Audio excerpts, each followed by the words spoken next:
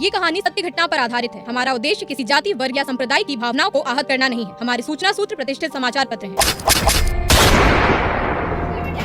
We want justice! We want justice! We want justice!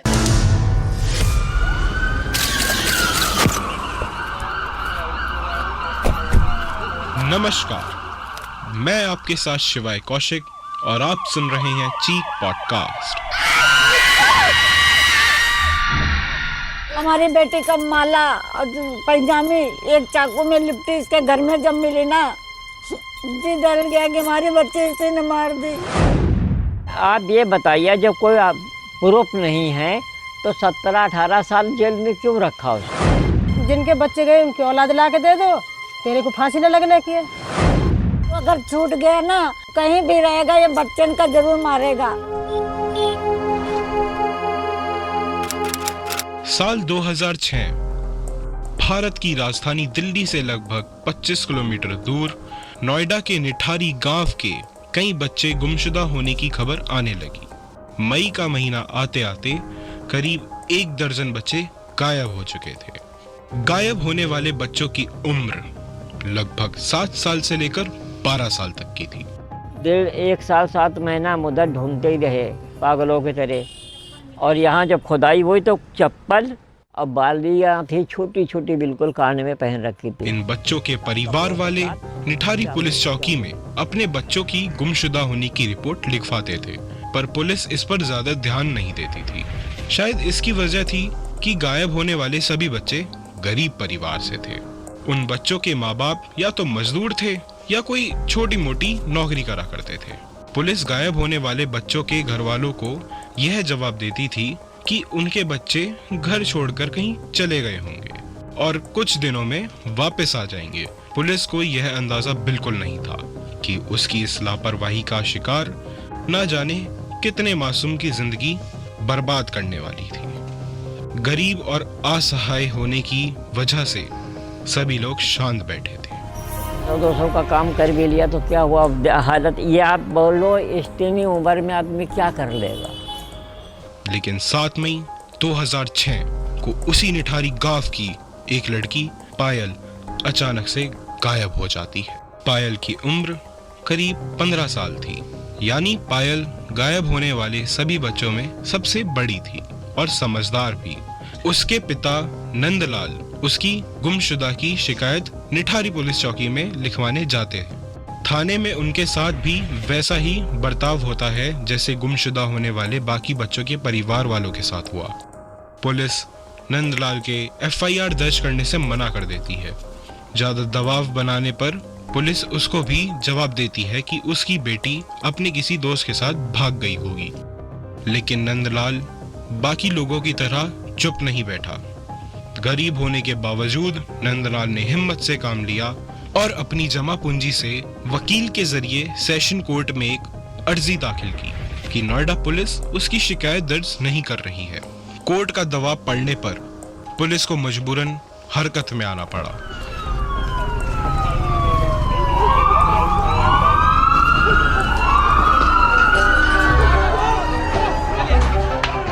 Nandlal को देख बाकी लोगों में भी हिम्मत आ गई और जिनके बच्चे गायब हुए थे वो लोग भी एक एक करके सामने आने लगे। 1 साल 7 महीना मुद्दत ढूंढते ही रहे पागलों की तरह। नोएडा पुलिस के FIR दर्ज करने से पहले अपनी बेटी को ढूंढते हुए नंदलाल को कुछ सुराग मिले, जिसमें उसे पता चला कि उसकी बेटी आखिरी बार ऑटो वाले के साथ थी। जब उसे वो ऑटो वाला मिला तो उसने उसको पायल की तस्वीर दिखाई, जिसमें ऑटो वाला भड़क गया क्योंकि रिक्शे वाला पायल को जानता था।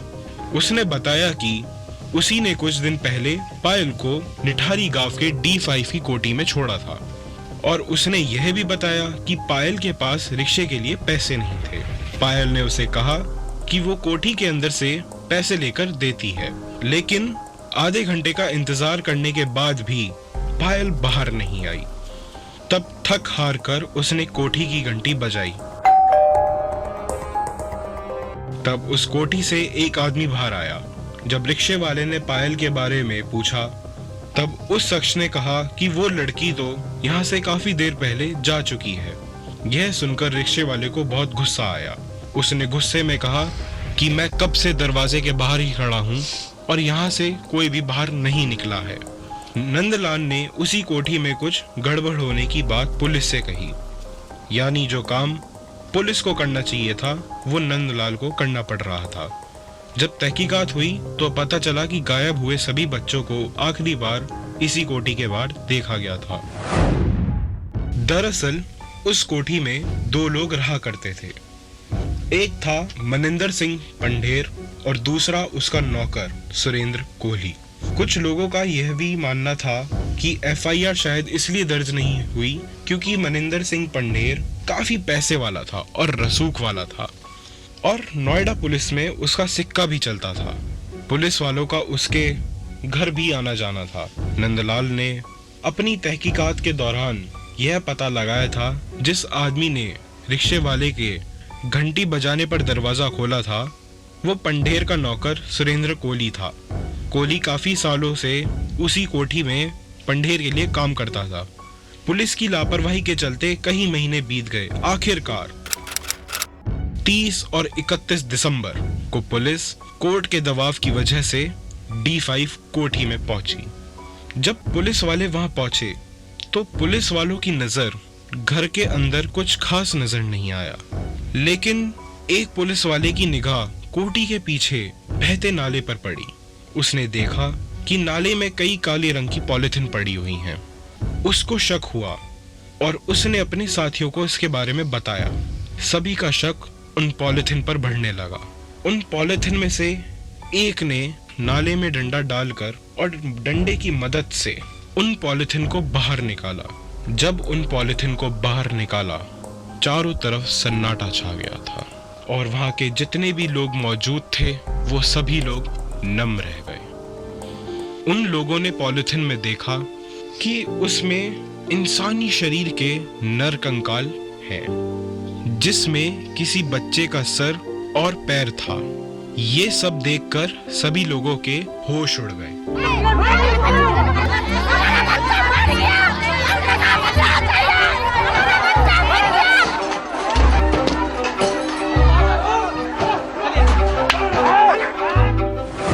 और यहाँ जब खुदाई हुई तो चप्पल और बालियाँ थी छोटी छोटी बिल्कुल कान में पहन रखी थी। एक ही साथ कपड़ों के साथ चाकू मिली। पुलिस आती कह रही अंदर घुसो, अंदर ढूंढो। हम जितने बच्चे वाले थे ना 17 लोग अंदर घुस के ढूंढा। 5 बोरे कपड़े, 1 बोरा सर हमने खुद भरे अपने हाथों से। अब काफी पॉलिथीन्स को खोलने के लिए सफाई कर्मचारियों को बुलाया गया। एक एक कर सभी को खोला गया। सभी में दिल दहला देने वाला मंजर सामने आया। एक एक कर सभी पॉलिथीन में नर कंकाल निकलते रहे। पुलिस की माने तो कुल 19 बच्चे के सर और पैर मिले थे। उन सभी को फॉरेंसिक जांच के लिए भेज दिया गया।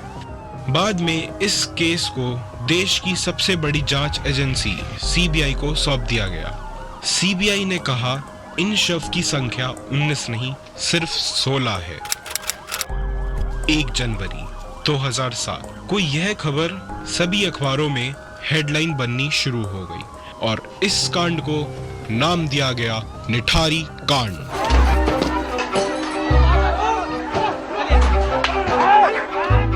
अब कोठी के मालिक पंढेर और नौकर कोहली को गिरफ्तार कर लिया गया।